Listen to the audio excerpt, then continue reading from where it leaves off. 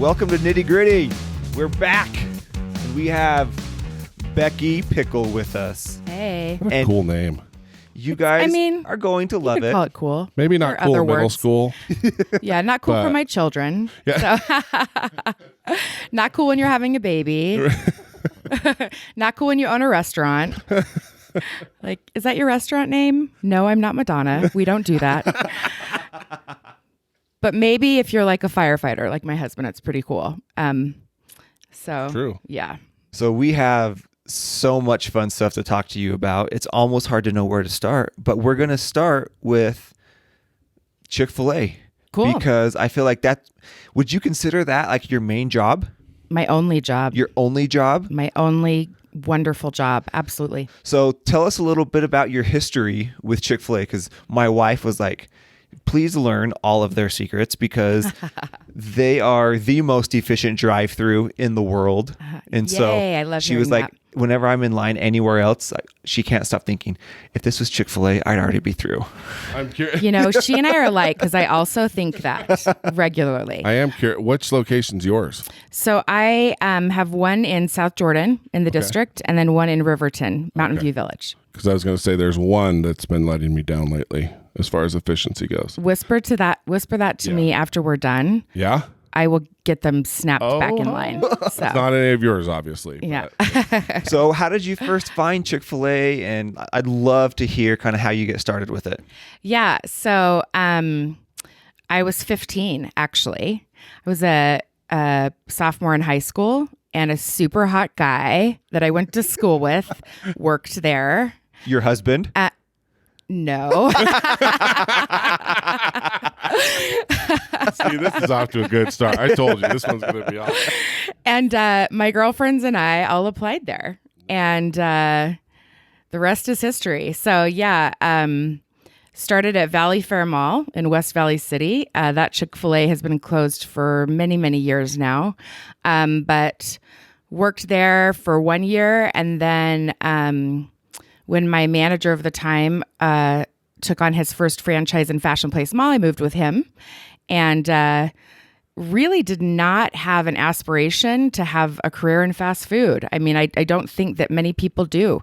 I don't think many people are like, yeah, I want to make waffle fries the rest of my life. But is Chick-fil-A really fast food? Yeah. I mean questionable. I don't think anybody views Chick-fil-A like a McDonald's. Right. No way. I mean, it's a whole nother level. It's the best food. I we don't think call it fast food. We call it the best food. It is.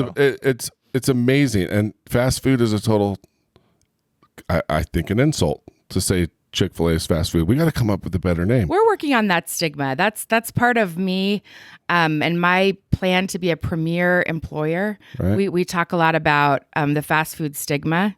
And I think a lot of people miss some pretty rad opportunities because they're like, well, I don't want my first job or any job to be in fast food. And man, bummer for them because I'm feeling pretty good about where I am in life right now. For real. Yeah. So, so I went there for the hot guy, ended up staying for the mentorship and the lessons that the owner that I worked for gave me. And he really helped me through high school and college. And, so you worked at that same location all through high school and college? I worked at Fashion Place until I graduated from high school. Okay. Then I worked at the store in Newgate Mall, which is also no longer in existence, while I was at Weber State University. Okay. And then came back to Fashion Place Mall when I got married. Helped that owner, Troy, open the first freestanding Chick-fil-A in Utah, which is the Southtown store in Sandy. It's funny. I kind of forgot, and I think a lot of us have. They're all in food courts. That they were food court places, and then all of a sudden they're like the big kid on the block. But they've been in Utah for a long time, but only in malls. Yeah, we've been in Utah since 81, but only in malls. And, we actually were the first food concept in a shopping mall actually ever in Atlanta. So we were really the company that pioneered that. Originally, food was not welcome in that atmosphere. Right. And our founder, Truett Cathy, really pushed that. And that's why we have food courts now in shopping malls. So I had no idea that Chick-fil-A was the one who Why would you not have a food court in a mall? Yeah. Greenbrier dumb. Mall. Yeah. I know, right? And then eventually had the opportunity to become the franchisee for Fashion Place Mall, which was really cool because that's where I grew up. And we opened South Jordan in 2008. So like, how does that go from just an employee, a 15-year-old? I mean, when you start there, like, is there a clear path that takes you to like ownership?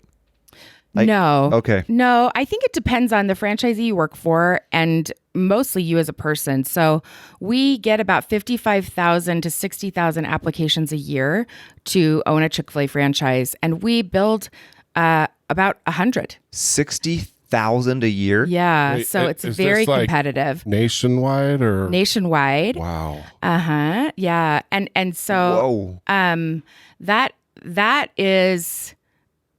It's very competitive, and we joke that it's harder to get into Chick-fil-A than the FBI because the stats tell you that's accurate. So, it's pretty competitive, but I think that a lot of grit, a lot of determination, and really having the right why in place is important to Chick-fil-A.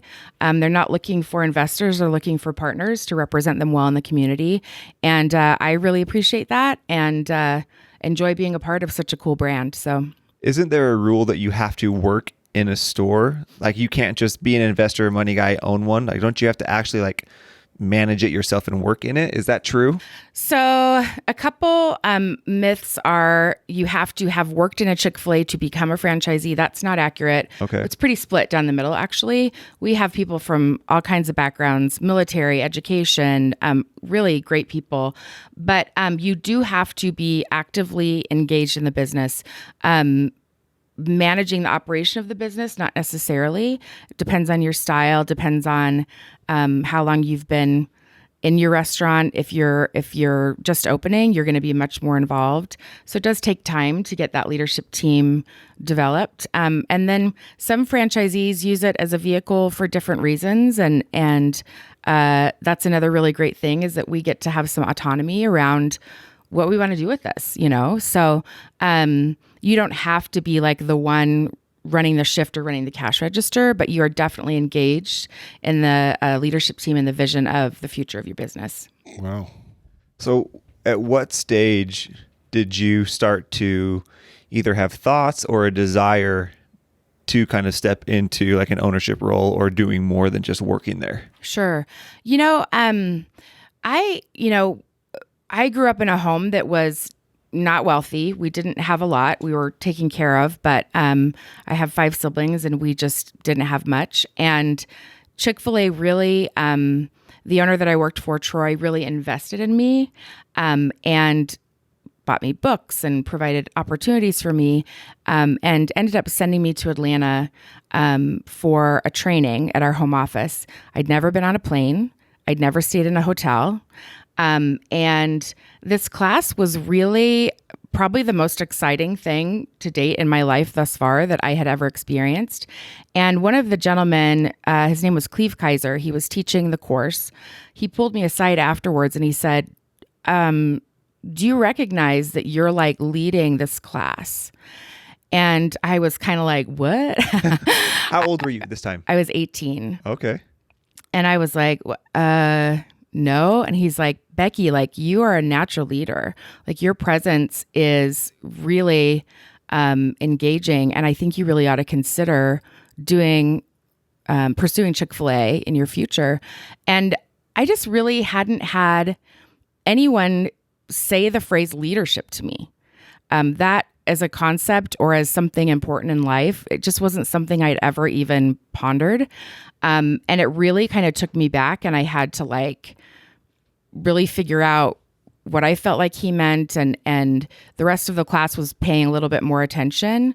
And I really appreciated that kick in the pants because I don't know without Chick-fil-A if I had ever done some course correction in how hard I work or how hard I pay attention to others or what's important. And just, so at that point I was like, wait a minute, I could do this. Wait, I actually want to do this, And so really started pursuing it from that point. Geez, at 18. Yeah. That is not normal. No. And my first franchise was Fashion Place Mall, and I was 23. So super young, super dumb, made lots of painful mistakes. So anyone that listens to this that worked for me during that time, I'm very sorry. Very sorry for the trauma that I likely caused you, but it was good. So I love that this all started because of a hot guy. Yep. Yeah. And we will never say his name because he will want so much credit. We're not doing it. He will want free Chick-fil-A for life. True. So, I mean, at 23, how do you go? Like, is there a mechanism inside of Chick-fil-A to help you finance a purchase and get going on one? Or were you having to figure all of that out on your own? So that is one of the many reasons that Chick-fil-A is very unique. I only invested $5,000 to start your own franchise. Yeah, and they are not looking for wealthy individuals. They're looking for community leaders. They're looking for people that have influence, create influence, that want to invest in future leaders and our communities. And those are the things they really focus on. Now, you can't have had a bankruptcy or, that kind of thing, but I think character is really important to them. Otherwise, I absolutely would have never had this opportunity. I had no money. My husband and I were very poor college students with very tiny children. And I appreciate that they saw that potential in me. The number has gone up a whopping $5,000. So now it's only $10,000. It's only $10,000 to open a Chick-fil-A franchise right now. Yes. Yeah. Oh my gosh. No wonder there's so many applicants. Yeah. So you can imagine, I probably get 24 contacts a week. Hey, can I talk to you about this? Help me out. And I don't think most people understand the type of work and the type of responsibility that it is. It's not, here's my check, and then go sit on your couch with your bonbons and watch the money roll in, so, which would be super cool. But if that was possible, we'd probably all be doing it. So yeah, but it's a good gig. Like Chick-fil-A really sets their new franchisees up to succeed. It's hard in the first couple of years of business, regardless of what type of business it is. And so they're a really great partner. That's incredible. What's fun is, like, as I hear you talk about Chick-fil-A, it's always like we and us, like it's total, like you obviously own them, but just the way you speak, it's a family, it's a team, you don't speak to it as like this third entity who is just there. Yeah, they are very much my family. They're my people. They're so important to me. And there's so many relationships that I have both with other franchisees, with staff members, with our executive team that are significant in my life story. And I hope that I'm significant in theirs, but truly just the best people. When I take some of my employees back to Atlanta, we talk about we're traveling to experience the land of Oz because it's just the most lovely group of people in the most lovely space. So really, it really is just a very great company. I mean, what other company do you know that has a mission statement to be the world's most caring company? I mean, that's not normal. So, and on top of it, have excellent food. Fantastic. Yeah.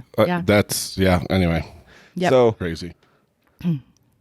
Why in the world is Chick-fil-A so much better than everybody else in being efficient and nice? I mean, they're always talked about when it comes to customer service, everything, right? It's always being compared to Chick-fil-A. Mm-hmm. Why? Like, when did that start? And why is it that no one has successfully copied it? Mm-hmm. So I think one of our, not so secret secrets is how much we care about human beings and about each other. And that really stems from Truett Cathy, our founder. He passed away several years ago, but he truly was one of the kindest, most sincere human beings that I've ever known, and raised hundreds of children in foster care, supported so many people in need. There's so many stories that just are mind-blowing about him taking care of other people that were truly not his responsibility to take care of. He just wanted to help when he saw a need. And I think that our service remains and will remain the most important thing to us. People are going to be able to copy our fresh squeezed lemonade or our waffle fries or our chicken sandwiches. A lemonade. It's so good. Right? Oh my gosh. So good. It is the greatest. But like human beings, like that's really where we focus. And it starts with, our recruiting process of franchisees and staff members. I was going to say, just that process alone, I mean, it starts at the top, right? Absolutely. That's a big, because I know some McDonald's owners, and they probably, I don't even think they know anybody that works in the store. Like, that's a big difference. Well, I feel like that's how most, restaurant owners that are just running, what you would think of like something like that, they very rarely are, wow, I'm just really doing well with my words right now. But they're very rarely in the trenches. You know what I mean? Right. With the they're people. Just diversifying. Sure. Yeah, for sure. I think connection is just important to us. I mean, and like I said, like fast food is not something that everyone's like scrambling to be a part of. So you have to attract them with your why. I mean, there's got to be a reason that people want to work for you. And Truett, when he set up the Chick-fil-A franchisee model, he was really dialed in because that we are part of our community. Every restaurant that you go to, that owner is local, part of their community. I think that's the biggest difference. We really know our staff, we care about them, and their future is why we get out of bed in the morning. So it's awesome. Do they cap it at how many you can own? Kind of. So they traditionally, most Chick-fil-A franchisees only have one. Okay. And that's the norm. There's a very small group that have more than one. That process. No big deal. No big deal. Yeah. Hold on. Let me just brush that off. No big deal. Me. Flex. It's me. I'm talking about me. Just kidding. I'm just not kidding. So they have to be in the same marketplace. So like if I'm in, my first restaurant, my first freestanding store is in South Jordan. If I wanted to own one in St. George, for example, that would not be possible. But Riverton, same marketplace. And so that worked out. If it's in the same marketplace, it doesn't mean that it's your restaurant. So we have lots of markets like in Houston, Dallas, Atlanta, where they're literally on every corner, and they're all different owners. Wow. But it's a great opportunity either way, and we have a select few, maybe 5 or 6 that have 3. That's very rare and takes a lot of years of great track record for them to trust that that's something that you can still actively stay engaged in. Like they expect. So yeah, pretty limited, but I'm good with it. So, well, for sure. Yeah. So outside of running your stores, you also kind of play a role in training, right? Other franchise owners and how to is it to launch their store or just how to grow it? But you're out traveling quite a bit for Chick-fil-A, aren't you? Yeah. So we have about 40 franchisees nationwide. So we currently have just over 2,500 restaurants. We have 40 Chick-fil-A operators, which is what we call our franchisees, that coach our new groups coming in. And like currently I'm about to start working with Reagan Collier, who is opening a new store in Redwood, California. And that I stick with that new franchisee for their first year. It's really just to have support. I mean, why reinvent the wheel on a lot of this stuff, And we know that the sooner our new franchisees are solid and have a firm foundation, the better it is for our brand. And so really it is just a system of support. I in no way will try to get them to do what I think or convince them. It's really just I'm a resource and bring information for them so they can make their own decisions. And I really enjoy it. It challenges me to stay relevant. I learn a lot from people that come in from outside industries. It's fascinating and really good for my employees too. So the new franchisees will spend a week in one of my restaurants right when they start. And it's a good opportunity for my leadership team to spend time with them and be part of their training. So it's great. You always learn the most when you're teaching, right? Absolutely. So you put them in your stores and give your people a chance to show them how to do it. Absolutely. So something that stood out to me is you talk a lot about like being part of the community, like the franchise owners, that's kind of how you get one of those, right? Mm-hmm. So that hits me because my kids come home with these little things and they're Chick-fil-A nights that you go on a certain night and Chick-fil-A gives X amount. I don't know what the percentage is back to the school. Sure. And I'm just thinking that seems so simple, but I don't think we've ever had another restaurant that my kids have come home with something like that before. Mm-hmm. So is that an example of one of the types of things you're doing? And I would imagine as an owner, that's kind of an investment into the community, right? Sure. Yeah. Yeah. It's actually a huge investment. But being a part of schools is something that is really important to me. I mean, it depends on what you're into, right? Like I have a really good friend who's a franchisee in Utah, and he's really passionate about youth sports. So he helps coach at a high school football team, volunteers his time, and really is mentoring these kids. And I think, so you're not going to find the same answer from any other Chick-fil-A franchisee, which is, that autonomy is really important to me. They're not saying you need to provide a spirit night to fundraise for schools. So that's not coming from the top then. That's your choice. Wow. No, absolutely not. Yeah. So every restaurant's different. We're all independently owned and operated, and everyone has different ways of engaging and giving back. And for us, we are very involved in schools. I have a marketing team of 4 amazing women that are in a school every day. We have 52 schools that we work with currently. And that might just be bringing our celebrity cow to an assembly. It might be doing a fundraising night, donating food to a teacher event. There's all kinds of different ways that we stay engaged and support our educators, but we know that those kids are our future. So that's important to me to show up for that. That's cool. It's funny to watch the progression of my kids with the cow. They are terrified of it when they're young, and they hate it. And they see it and they're like, no, I don't want to go there. And now, like, whenever they see the cow, it's like, oh, that's where we're going. Yeah. My favorite is the grown men that need the selfie with the cow. Yeah. I was like, wow, okay, it's still cool. Yes. So we've talked about, that's really, really awesome, the progression of what you've been able to accomplish. But I want to know, like, what has been some of the challenging times? Because the restaurant business isn't easy. Sure. Cam, It is not easy. That is not, a lot of people are really scared of it. Mm-hmm. And so I'd be curious, like, was there ever a time where you either were like, nope, I'm not doing this anymore, closing the doors, I'm out? Yeah. Or I don't know, I'd love to hear maybe some of the struggles to have led you to where you are. Yeah. So I feel that way like once a month, honestly. Like, it's like, you just have days, right? And you're like, man, I'm tired, I think the biggest gift or blessing in our business, and also the biggest challenge, is always going to be other human beings. Always. I have the best teams, and also some people that just really make me crazy, and that's the nicest thing I can say.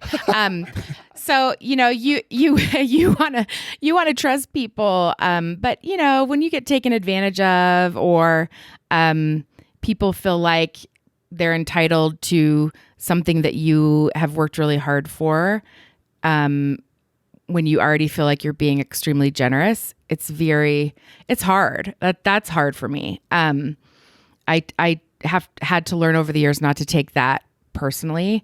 And I still struggle with it. I probably always will, How can you not? Yeah. You're a person, right? Yeah.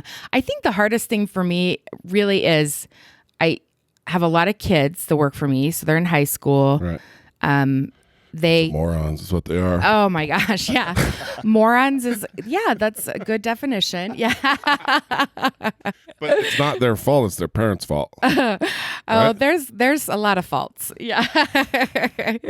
I don't think they want to own any of the fault, the morons, as you say. No, the ones that I get to work with, I adore them, but they really have a hard time with struggle. they're kind of in this social environment where something's hard, so you quit it, right? Yep. Someone's rude to me, I never speak to them again. I don't like it, I won't do it again.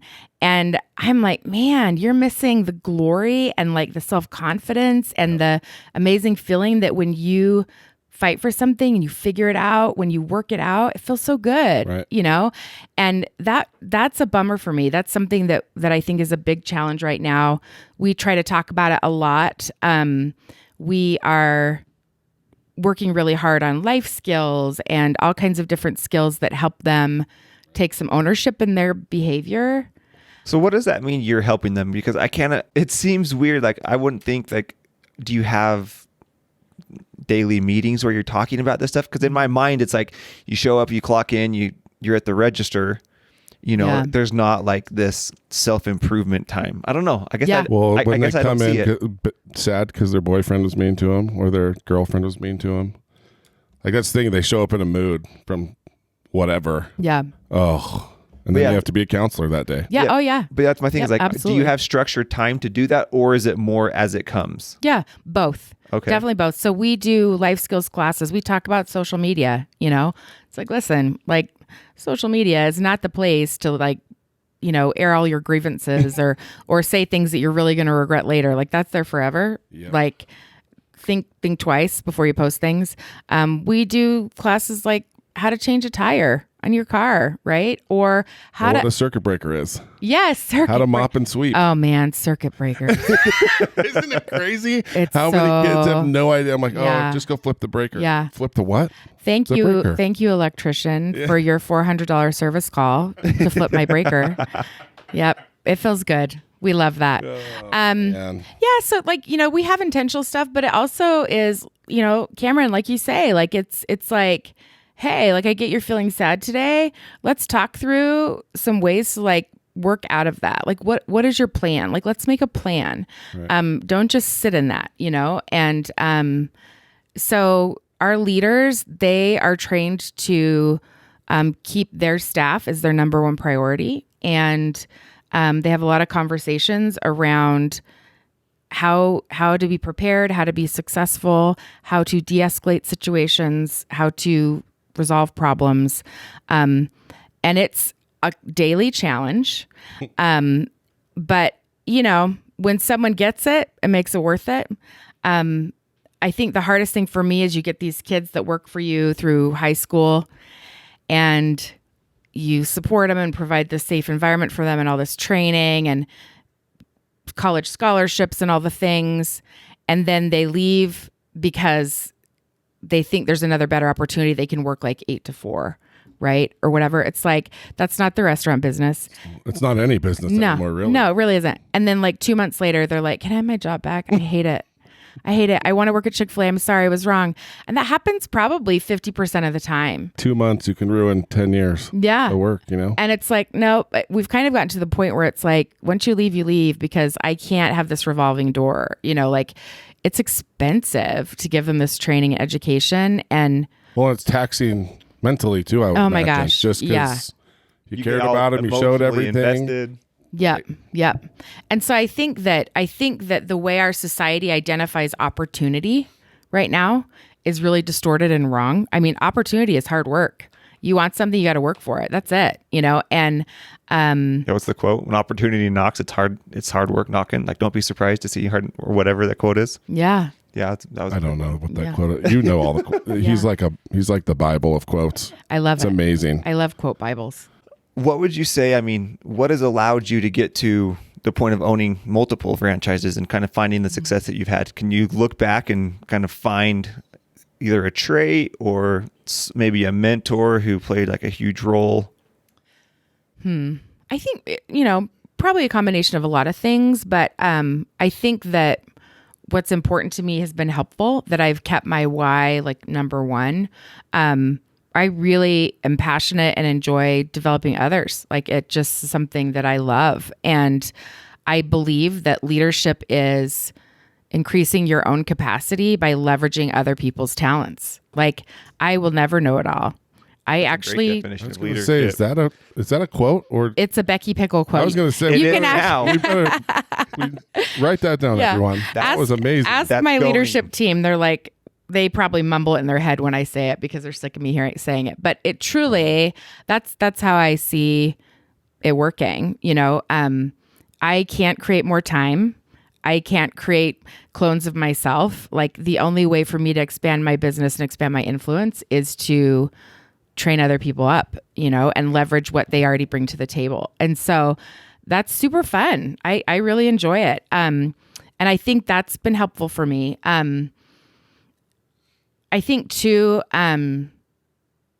providing other people opportunity, well, it's not necessarily the only way to succeed. I don't think that's the only reason that Chick-fil-A would select someone for multiple opportunities, but I do think that it's allowed me the capacity to be involved in other things in the community and use my business as a vehicle to hopefully make our community better, you know, and continue my own education. So I think that's been good. How many women owners are there? Because I think that's probably another humble flex we could probably talk about. Yeah, several. Well, so we have about 2,500 ish restaurants, maybe 2,400 franchisees, maybe 23, somewhere around there. I don't know. You really are in the select group. And we have that's awesome. Yeah, and we have royalty. There's like 100 people, so basically 100 franchisees that have multiple. Probably about that. Yeah. No big deal. Yeah, it's a small number. Jeez. It's a good group of people, but yeah, we have a great group of female franchisees, and our support center has a really amazing women in business group of support center staff that we love to partner with. We do a peer mentorship process with them and learn from each other. Right. And despite what most people think, yes, dudes are included. They shouldn't be. They absolutely. Women could run restaurants way better. Like meet Annie, my GM. Yeah. If Annie wasn't here, this place would burn down in a week. Yeah. Well, it takes all of us, right? And so, like, it's pretty fun to be intentional around growing other female leaders. But yeah, we have opportunity to do that right in our restaurants every day, like you said, Cameron. So you're still being humble. You haven't answered the question. I don't. You don't know? What did I miss? What? What's the ratio? Females. Like, because I would imagine, especially in maybe the small group, right? The 100 multiple franchisees, you know, it's a handful. We've basically become the Power Women podcast. Yeah. Which I think is so cool. I do too. Women in business are amazing. And so, yeah, I think it's something to be proud of and talk about. So, yeah. Yep. Well, I will tell you, I was the only female franchisee in Utah for a very, very long time. Wow. Up until about, I think 4 years ago, Kelly opened in Centerville. And that was a glorious day for me. I'm comfortable hanging out with the guys. I mean, I'm married to a firefighter. It's, you know, it's great, but it's nice to have representation that isn't just myself. Well, and it just goes to show you have kids. I sure do. How many? 3. So this started at 18. So she's had kids through this whole thing. Like I can barely come to work without kids, right? And I have one small little whatever restaurant, right? So that's the thing. Annie is just my GM is just about to have her second kid. Oh yeah. She's 2 weeks away and she's in here busting her butt. And I won't hear from her for maybe 5 days when she has the kid, but she'll be back on the computer answering emails and on the phone 5 days after she has number 2. And so, I mean, to be able to run a franchise and do all that while having kids, still being a mom, proof that we are not the superior gender. Males. Sorry. Unfortunately, I think it's been proven. It is a fact. We just know enough to be able to admit it, right? Well, I appreciate that. We can lift things like heavy stuff. Yeah, for sure. And I can reach high things. I can change a light bulb that's really high. Yeah, I mean, I can see on like the top shelf. I'm better at putting things together than my wife. Yes. But other than that, Yeah. yep. So I have a very large group of men that I'm going to need you to come talk to. Okay. I can Like, do it. I'm ready. Put the mic down. Let's go. Seriously. Why don't you come up to Capitol Hill with me today? Yes. Oh, yeah. Politicians. Let's actually kind of I was pivot a gonna little say, bit. I've been going through her Twitter, and there's a whole nother side of Yeah, so let's pivot a little Mrs. bit Pickle because here. owning one franchise would be very hard. Owning two, we just found out, puts you in the top % of Chick-fil-A owners, and you have that. What top 5%? Whatever. Yeah. You don't stop though. No. And that's why. So Betsy, once again, thank you, Betsy. Shout out, Betsy. Yes. Introduced Betsy and us. Betty. I'm really Love glad them. that she liked us so much I am too. because she's basically like our new showrunner.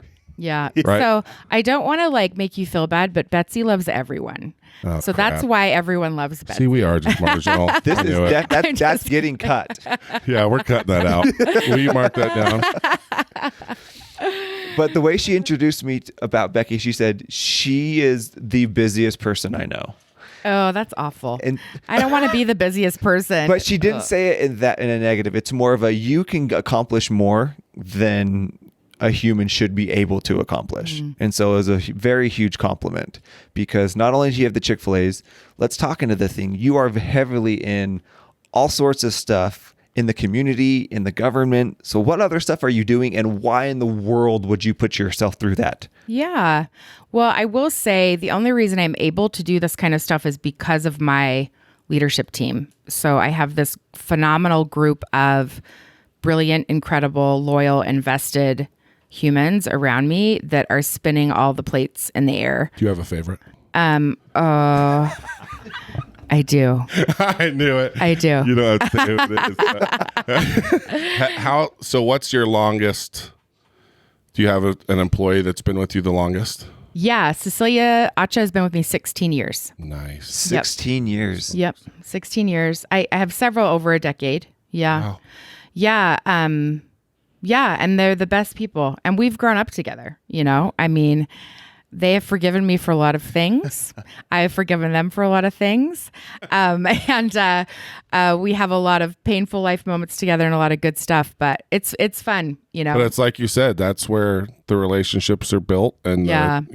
it's forged through that hard stuff. And Yeah. like you said, it's getting to the point now where if it's hard, you run. Yeah. Oh, yeah. It is. And you know what? I find so much value in a person that will challenge me and allows me to challenge them. Right. I mean, we have got to get back to that. Like Healthy discussion and debate. Yeah. Well, like, and honesty. Yeah. It's funny. I had an employee that wrecked my brand new catering van, drove it into a covered parking lot that was too low, oh, but called me immediately, told me what happened, totally owned it. awesome. And he stayed. It's like all good. Yeah. But we're then I human. fired an employee that backed into my trailer back there and put a teeny little dent in it, but didn't tell me and tried to hide it. Oh, yeah. And it's like, I think, like I said, we're forgiving people, like mistakes happen, but Yep. honesty, loyalty, all that stuff plays a big role. It really does. So Even like Richie Norton's story when he was working at the Subway, he burned like all those loaves of bread. that was a great What? story. So he's like, yeah. he was working the store by himself. He's like, first of all, that shouldn't have happened. But he's like, I didn't know what I was doing. He's like, I burned 40 loaves of bread. He's like, so the manager showed up and he's like, yeah, you're probably going to fire me now. He's like, I just invested 40 loaves of bread into you. Like, I'm not going to fire you because you're not going to make that mistake again now, are you? He's Yeah, like, absolutely. Nope. You know, Yeah. it's such a great leadership. It's such a good example Yeah. because people do make mistakes, and plus that's a really good opportunity, you know, as the boss to create, you know, a loyal Totally. employee and like- friend because yeah. they're like, hey, like look at the lesson I learned from him. He's forgiving, he cares, Yep. and now that person is on your team. Yep. Right. Absolutely. Yeah, imagine if when you went to that meeting when you were 18, if that person wouldn't have come over and told you, like, do you recognize what you're doing? Yep. You know, like how often do we recognize that in people and don't say anything? Oh, yeah. You know what I mean? It's huge. Yep. And you never know what trajectory you might either put them on or take them off of simply by complimenting them or telling them some of the good stuff that they've done. Yeah. So, Absolutely. I mean, that's crazy. I'll bet yeah. I heard this quote that leadership is leveraging other people's talents and skills To increase your own capacity. to increase your own capacity. It's a good one. Really brilliant person. And Chick that so said that was that's exactly what that is. You guys get me. This is so good. I'm excited that I finally remembered a quote. I'm so excited that I'm in a room full of people that are cool with other screw ups. So it's just good. It's good. It's good company. But yeah, so what are you doing on Capitol Hill? I'll tell you, I am so currently serving as the president-elect for the Road Home Board of Trustees. The Road Home is the largest provider for emergency homeless services in the state of Utah. In 2019, we served over 8,000 individuals, 3,000 of those being children. And we got into that because my husband and I became foster parents after losing... we had our 2 girls, Riley and Ashley, and then lost 3 babies in a row. And I just couldn't do it again. Right. And so we had a neighbor that had adopted kids through foster care. And we thought, okay, well, we're going to go to the training. All while owning restaurants and going through all of that. That's holy cow. Yeah. Yeah. And we decided to go to the training. And if at any point either of us were like, yeah, nope, not doing it, we were just going to not pursue it. And we stuck with it and ended up fostering just the most amazing children and adopted our son through foster care and learning about the challenges of true poverty, intergenerational poverty, and the barriers that are in our society to get out of poverty. It's alarming and you can't get it out of your head. Once it's in there, it's it's just constantly nagging at me. We've got to do something about this. And so I started just volunteering at the Road Home Shelter with some friends and just got more and more involved and more and more passionate. You do what you do and you become the president. And here we are. Yes. I started as a volunteer and I become a president. I started as a 15-year-old worker and I become one of the top percentage in all of Chick-fil-A in the nation. That's what you do. Next stop, White House. I'm just kidding. Please? Never. Yeah, I'd vote for you this next election. We could use some different names in the ring. Yeah. So the Road Home is the most amazing group of human beings. Holy cow, the work they do is so important and it's so flippin' hard. It's so hard. It's so hard. Homelessness is ugly. It's terrible. Nobody is loving the fact that they're homeless. And there's so many complexities that feed into it. And so I work with our staff, other providers, amazing families that are donors for our organization, private organizations that donate. And then we have our city mayors, our county mayors, our lieutenant governor, our governor, Department of Workforce Services, legislators that all are a part of solving this complex problem. We have a new model that we started about 6 months ago as a state.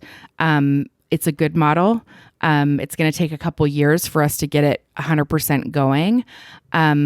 What is it in a nutshell, if you don't mind me asking? Really, it's so we know that housing is really important, and the wraparound services that either support housing security or without them support housing insecurity. So things like mental health and substance abuse disorder treatment, affordable childcare, transportation, healthcare, ability to afford food. There's all kinds of things that feed into housing insecurity. So the housing piece is really where we're focused. And a lot of times we find success in diverting people from shelters. So when there's a family that, for whatever reason, let's say they get paid on Mondays and their rent is due on a Sunday and they need one more day to pay, and the landlord says, no, we're starting the eviction process unless they can find another $100. Then diversion services might come in and help them with that $100. Once people are in emergency shelter, it's not only very traumatic for them and their children and everyone involved, but also very, very, very expensive to get out of it. So the goal is to keep them where they are to begin with. So diversion services is also a big part of what all the providers work together to do, is just keep them out of the shelter to begin with. But that's what we're working on right now. So we've got this really big bill that will help with affordable housing. We have just a huge crisis in our state right now. We're short 46,000 units in the state of Utah. We have families doubling and tripling up in spaces, and it's pretty bad. So in low income out, that's the shortage, in affordable housing? All, honestly. So middle to low income. So you have, 30 to 80% AMI. That entire range is really a struggle. The inventory in general is just terrible. And so we also have an opportunity for things like, they're called SROs, single resident occupancy. So we have many facilities that are subsidized housing facilities that help people that wouldn't otherwise be able to do it on their own. So for example, we have Freedom Landing, that we have veterans that live there. A lot of them were injured in service, and it's going to be really challenging for them to be able to afford something more. So just different things like that we're always working on. And like I said, it's a complex issue. The solution's going to be complex. And there's so many things that we work on up at the Capitol to get that to work. But housing is a big piece of that. So Senator Andrig is currently running a bill on affordable housing, and we are really close to it. But with tax reform, a lot of legislators are saying there's no money. The problem is, if we don't fund this, we might be looking at a need for more shelters in the very near future. We've got to get ahead of this problem. And so we're just really up there asking them to support this. So there's 6 bajillion condos, townhomes, apartments going up everywhere. Is there just no upside to these developers building apartment buildings for low income? So it's challenging. There are a lot of different ways to come at this. There's like workforce housing. So the term affordable housing, it depends on who you talk to, but there's like the HUD definition. There's people like to use it as an overarching definition for everything. Right. But, so you really have to get down to, okay, what exactly are we talking about? But it is a challenge for developers without some sort of incentive. Right. And so they have to be able to recoup that somewhere, and the cost of building is expensive.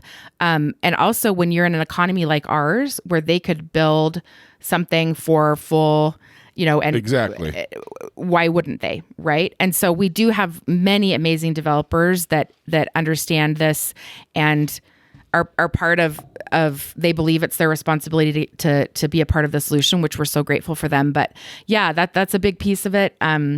We also are actually losing natural affordable housing in the state of Utah faster than we can build it. So Senator Kitchen is currently running a bill. It's housing loss mitigation, where it would require the state of Utah to replace a housing unit that they removed, for example, to build a road or something, which we really need that as well. Yeah. What would you say is like the biggest misunderstanding when it comes to this type of thing?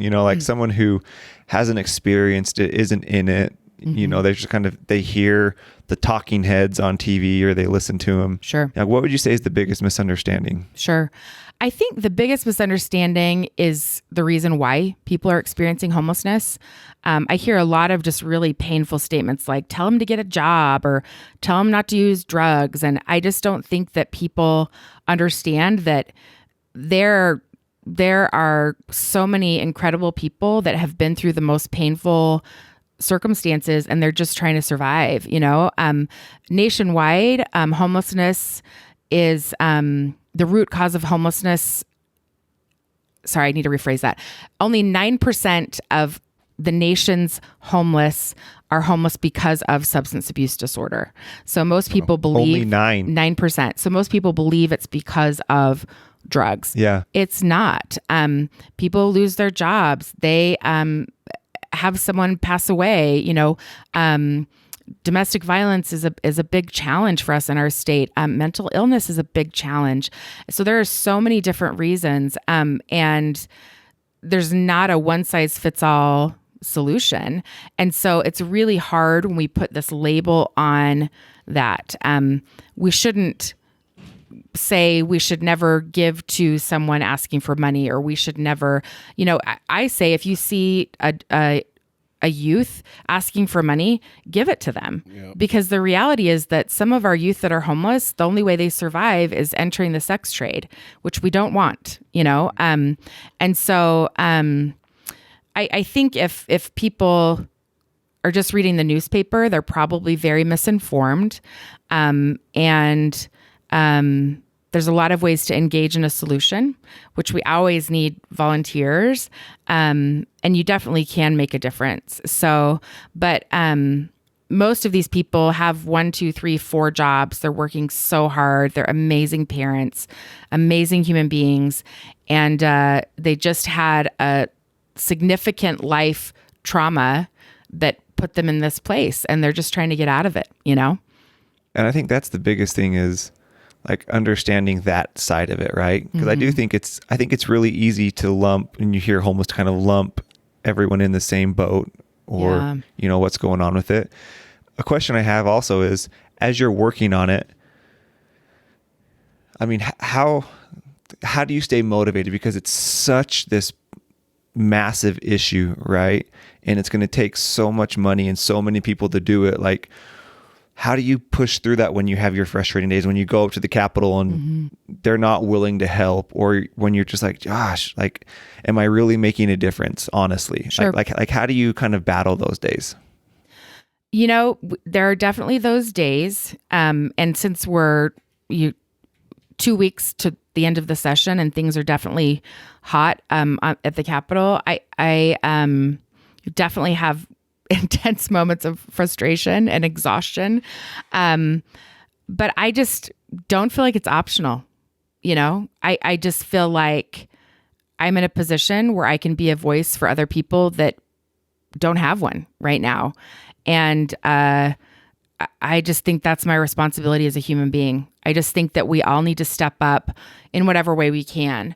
If that's listening, if that's giving someone a hug, if it's giving someone a ride, it's not, you don't have to be Oprah Winfrey and buy everyone a house. Now, if you can, should you? That would be cool, but I think that we all have different talents to bring to the table and different things that we can help others with. It might be job training. It might be mentorship. It might be helping them with parenting skills. But I just feel like that's why we're here. Right. And it just helps me to, I don't know. I just feel like it's not optional for me. It just is really inside of me. Like I have to. And are you currently still fostering? Today, no. We had the most lovely person live with us last year, Nathan, who I adore. Nathan is a gay young man who was homeless, and we asked him to move in with us last year, and that was just a pleasure to be part of his life. And now he is thriving and living at a dorm at University of Utah with his scholarship for biology. And we love Nathan, so he's definitely still part of our family. But currently today, no. But the reality is I have 240 employees that I call my chicken babies. So someone needs me all day, every day. Holy crap, 240? I know. Isn't Can that you great? imagine? Kill me now. Oh my God. It's a lot. So someone always needs something, So outside of the road home, you're also involved with, is it called? Encircle? Yes, Encircle's amazing. And what's Encircle? Yes. Like you have extra time to do more. Well, like you come across, you have these life experiences and you're like, wait, someone's got to do something about this, so I just find myself in these places. But Encircle is the coolest organization. So Encircle is a youth and family resource center for LGBTQ plus youth. And they were founded by Stephanie Larson. She's Encircle's CEO.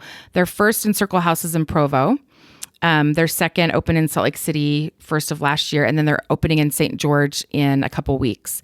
And they provide therapy sessions for these kids. They provide education, and their motto is no sides, only love.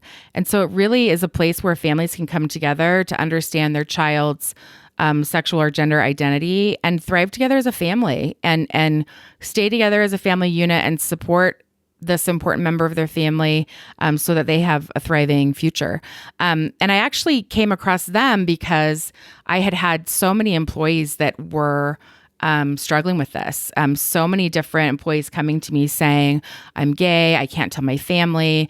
I had many different employees attempt suicide, many different kids in our community that were unfortunately, they did die by suicide. And I just kind of got to a point where I'd had enough and couldn't possibly bear visiting one more person that I loved that thought it would be better for them to leave this earth than to be here. And I called Senator DeBacchus because he was the only openly gay legislator that I knew of at the time. And I said, I'm mad.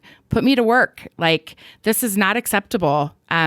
We can love each other. We need to fix this. And he connected me with Encircle, and they're just the best group of human beings and just do a really fantastic job of including all kinds of people from all kinds of backgrounds, all religions, all cultures, and making it a safe space for all of them. And that is the challenge. And they do a great job at that. So I'm really honored to be a part of their organization. Jeez. The most amazing, inspiring thing is just like your ability to take action on stuff. You know, I mean, you sit back and it's like, I felt this way, so I called up a senator, or I did this. We forget that we can do that. Yeah. Yes. I mean, they're more accessible, especially with Twitter now. Like that's one thing I love about Spencer Cox. Yep. He's my dude. But we met. Spencer is great. Like because of Twitter, like mostly sports. Yeah. Like we started commenting back and forth on stuff, and now we're buddies. But it's crazy that we forget that we can, if something is bothering us or if we want to support something, we can actually call their office. Yeah, and we should. Yeah. We really should. I think that the reality is that there are some political leaders that are more accessible than others. Spencer's great. I was with Spencer last night talking about homelessness, and he and his staff at DWS have been working so hard on this, and he is definitely one of the most accessible people. I'm not honestly sure how he does it. Probably because he leverages his staff's talents to increase his capacity. A really brilliant person said that. And let's not forget his 2-hour commute every day from the farm. Oh my gosh. I mean, homeboy lives in Fairview. No, That's it's crazy. like 4-hour round trip. Right. It's like 200 miles round trip. Brutal. Yeah. Yeah. So, I think we got to do something. But, if other people are doing things that you can't do, like, it's okay. Like, so what? I think you don't have to that's do so everything. important because I think Lift a lot where of you stand, right? Yes. Totally. Yeah. Like this morning at the kids, we talked about small and simple things, right? It's like, because I do think people would say, oh, it would be so awesome if I had the ability to do what Becky's doing, if I knew a senator, you know what I mean? But you don't have to do as much as you do to still make a difference. Yep. Nope. You know what I mean? And I think that is probably our biggest fault as society is like, if I can't go 100, I'm not going to go at all. Sure. Yeah. It's like if I can't, 10 is more than nothing. Yeah. 20 is better than nothing. But we all think, oh, if I can't get there 100, I'm not going to do it. Or it's not worth it. It's not going to make a difference. Yeah. My one of my favorite just philosophies, both in business and life, there's an equation that I use a lot. And the equation is time plus focus over intensity equals momentum. And I just think that if we keep that in mind, you don't go to learn how to play the piano and or a concert pianist day one, and that's everything. You've got to learn, you've got to make mistakes, you've got to fail, but if you keep trying, you get better and better and better. And it's the same with relationships and influence. I don't know of a legislator that was immediately willing to listen to what I had to say, but I kept showing up and I kept asking how I could engage. And then eventually they'll start listening and be like, oh, okay. Like, then they found out you own 2 Chick-fil-A's. They're like, oh, yeah, crap. Yeah. They just smelled it. They were like, you smell like waffle fries. You smell like waffle fries. I actually have a really good friend who every time he hugs me, he goes, French fries. And I hate that friend. Anyway. His name's Billy. Billy, I hate you. We're going to name this one. Yeah. That's so funny. So yeah, you just got to show up, and if you don't know how, still show up and you learn. Well, like you said, it's momentum. The goal is momentum, right? Like, Yeah. of your equation. Like that's the end goal is you just need to create that. And the more you have, the more gets done. Yeah. And like when my babies were little, no way, man. Like I was surviving, like barely. Yeah. So I just think everyone has a season of life. And as you learn better, you do better. And it depends on the time that you have or what you're passionate about, and just go for it, It's awesome. Well, the last thing I want to talk about is kind of funny. We had a guest, and her only goal Oh, my gosh. is to be sponsored by Chick-fil-A. Oh boy. Oh, man. Uh-oh. Wait, sponsored for what? She doesn't know. Oh, She just wants She's just obsessed. And she has become kind of an overnight success as an influencer, right? an influencer in. Instagram. It's Oh, just- she's IG. Okay. Yeah, and she's hilarious. Amazing. I love funny people. Yeah, So- you would love So she Abby. became famous because she got a really bad haircut. Oh, shut up. And her laugh is like the most contagious laugh. And it literally, because of that, she like blew up. And now she is She just like- gave a very honest. She basically just recorded her reactions to this haircut, and it was so real and just so open. And she didn't even realize how funny it was. And she went from like 1,500 followers to over 50,000 like Wow. 2 weeks later, just Wow. from this one story. Wow. But like part of her thing is she does tons of videos. We're not going to talk too much about it, but like just always with Chick-fil-A, right? Yeah. And she's always like putting it out there. So I'm going to put it out there.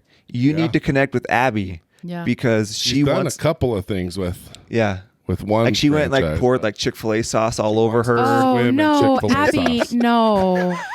No, honey. She wanted to fill up like a pickup truck she bed wanted or like a something. tub She's like, of I want to Chick-fil-A just soak in it. Okay, so I'm going to give you a Chick-fil-A insider secret, Abby. Chick-fil-A sauce will very soon be sold in your grocery store. Oh, Get dang. excited. Yeah. Oh, you heard it here first, Yeah. people. But even better, Abby, I love funny people, and I will sponsor you to be funny for me any day of the Oh, week. man. Nice work. Yeah. We did it, Abby. You did it. You will love that. You did it. She's amazing. Yeah. Oh, my gosh. She's so funny. Yeah. But And seriously, wow, she loves Chick-fil-A. yeah. We have a lot of Abbies, and it's so amazing. It's so fun. Right. It's really fun.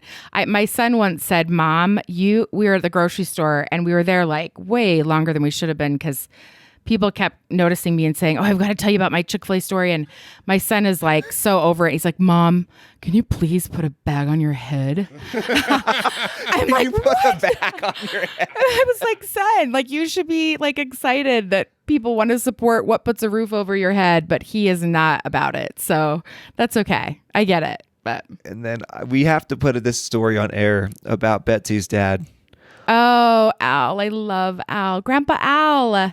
So about how he's got to be, well, just Oh, yeah. Yes. So like we were mentioning, Betsy, who is the CEO of Betty's, is one of my favorite customers. And she and her family have been our guests for over a decade now. All of them, the brothers and sisters, all the kids, and her parents, Alan. So I have to ask, how many people do you know, like as an owner, because you are really in touch with people in the community. Like, do you recognize most of the people that come into your stores? No. Okay. I wish I did. Yeah. It's actually a little bit embarrassing because I have a pretty gregarious personality and I'm an includer and a lover of people, but we have like thousands of guests every day at each restaurant. And also I'm in the community, and so it takes me 3 or 4 times before I can like lock down your face and your name. But people will remember me because one, my name is ridiculous. And I mean, so they have that going for their memory. And like they come to Chick-fil-A, know I'm the owner, but and so people will be like, Becky, blah, blah, blah, blah. And I'm like, crap. The restaurant is I can't even imagine what it's like on your scale. Like the restaurants ruined me. I can't remember. It's so hard. It's so hard. Yeah. Ugh, it's hard. So I try, but I'm not always successful. So and the other thing too is social media. Like I'm a weirdo. I'm very private. And so if I allow people to follow me on social media, I 99% of the time know them. Most of the time, like customers will friend me and I'm like, oh, sorry. Like I've got to keep some separation. What about staff? Yeah. Yeah. Nope. Yep. That's my new rule. Nope. Really? Yep. I don't. No staff. Nope. Except like Annie or Bryce. Who've been here Marcus. forever. Like, if they've been here a so- long time, of course. But Yeah. otherwise, I stopped doing all that. Yeah. My executive team for sure. But Right. no, I can't. It's too much for me. But Al and Susie, so Betsy's dad, Al, is, first of all, the greatest human being that has ever walked this planet. He is the kindest man. And he raised Betsy. So there you I go. was going to say, that's You a have to lot be right. there. Yeah. But he comes in every day to eat. Susie's with him a lot of the time, or he comes alone and makes new friends. That's just how he is. But one day I was just like, Al, put in an apron. Like you just basically work here. And he was like, okay. And so he hopped on our staff, and Grandpa Al was like the celebrity in the dining room. I mean, people came to see him and we're so thankful for how he loved them and cared for them and knew their names. And he just is the sweetest, most lovely human being. And Al and his wife, Susie, were called on an LDS mission. And so he ended up not working with us anymore. And on his last day, we had a surprise farewell party. He signed autographs. I mean, I'm not kidding. Like people were lined up to say goodbye to him. There were lots of tears. The good news is his mission is local. So he's still in the dining room every day. And he's working for free. So I win because he still is like taking care of people and making sure everyone has what he needs. But I love that he has a tradition where he has to be our last customer of the year, brings all of his grandkids, the ones that are in town, and then the first customer of the year. So New Year's Eve and New Year's Day, he's the last one and the first one, always. Does anyone ever try to beat him? Not that I know of, but I don't think that he would, I think he would just be like, well, hop on my tab, like he would just, Right. Great, join the family. Right. He just is the most darling person. I was actually sending Betsy a text last night because I hopped on my Facebook and Al had liked like 60 of my pictures. So it said, Al likes your photo. Al likes your photo. And I took a screenshot and sent it to her. And I was like, I just love your dad so much. Like it just made me so happy. That's so he's funny. the best human. So Whoa. Amazing. Wow. I think we could keep going forever, but this has been incredible. so fun. So Love talking good. to you guys. Yeah. I like asking this. What would be like your one message? Would it be your quote? Like the one thing that someone listening kind of walks away from? Like if you wanted one thing to stand out, what would you think that is? I would say, I think probably I'm really into lately meeting people where they are. And if there's a human being that disagrees with you or has views that are different than you, this is something that I've really learned a lot with Encircle, working with the most lovely LGBTQ plus youth and families, is if there's someone that is different from you, really for any reason, it doesn't have to be sexual or gender identity. It could be race, culture, background, job, whatever. Lean into that and ask that person, how do you like to be cared for? How do you like to be loved? Because we're really busy as humans identifying our differences and using them as reasons to push others away. And we know that we need each other. Like our bodies need each other. Our mental health needs each other. And we need to start looking at what we have in common and hooking into that, and then looking at what we have different and celebrating it and honoring each other. It doesn't need to be so complicated and so fueled with anger and hatred or judgment. It's just so simple to love another human being. So that's what I would say. If you're struggling with someone that's different than you, like, put your own agenda or your own personal views aside and maybe just listen for a minute and try and get to know them. And I think that will really help our world and our communities be a better place. And I just say that because it's helped me be what I feel to be a better human. I feel like I'm a better parent. I'm a better employer. I'm a better friend. So that's what I would say. We could all use a lot of that right now. I mean, you think of just politics alone, just seems like there's a line drawn in the sand. And if you're on the wrong team, we don't even listen. Yep. Right? Yep. And that's what's going to get us in trouble. So it's very good advice. Well, Becky, thank you so much for coming in. As busy as you are. We could have kept going easily. Oh, yeah. No, it was very cool. Pleasure meeting you. Yeah, you too. Thank the next you. one, we need to bring in the firefighters. Oh, that'd That be would be cool. a wrap. Cam's always wanted to do that. Yeah. See Me that? too. I've always wanted just like a cop, a teacher, just, they don't have to, nobody needs to know who they are, but just good everyday Heroes, Yeah. right? everyday heroes. Yep. Well, the best thing about firefighters are they are great cooks. But Yep. they're really funny. Right. No, they are. Their entertainment value They is park high. the truck out there, put the cones up around it, and 12 of them walk in here. And when they It's- leave, it's you a have no riot. food left. It's Yeah. true. They do eat, especially with their little discount that they get, but Oh, awesome. they take advantage. But they should. Yeah. We want them to, right? Yeah, So, absolutely. very cool. Thanks, guys. Thanks, Becky.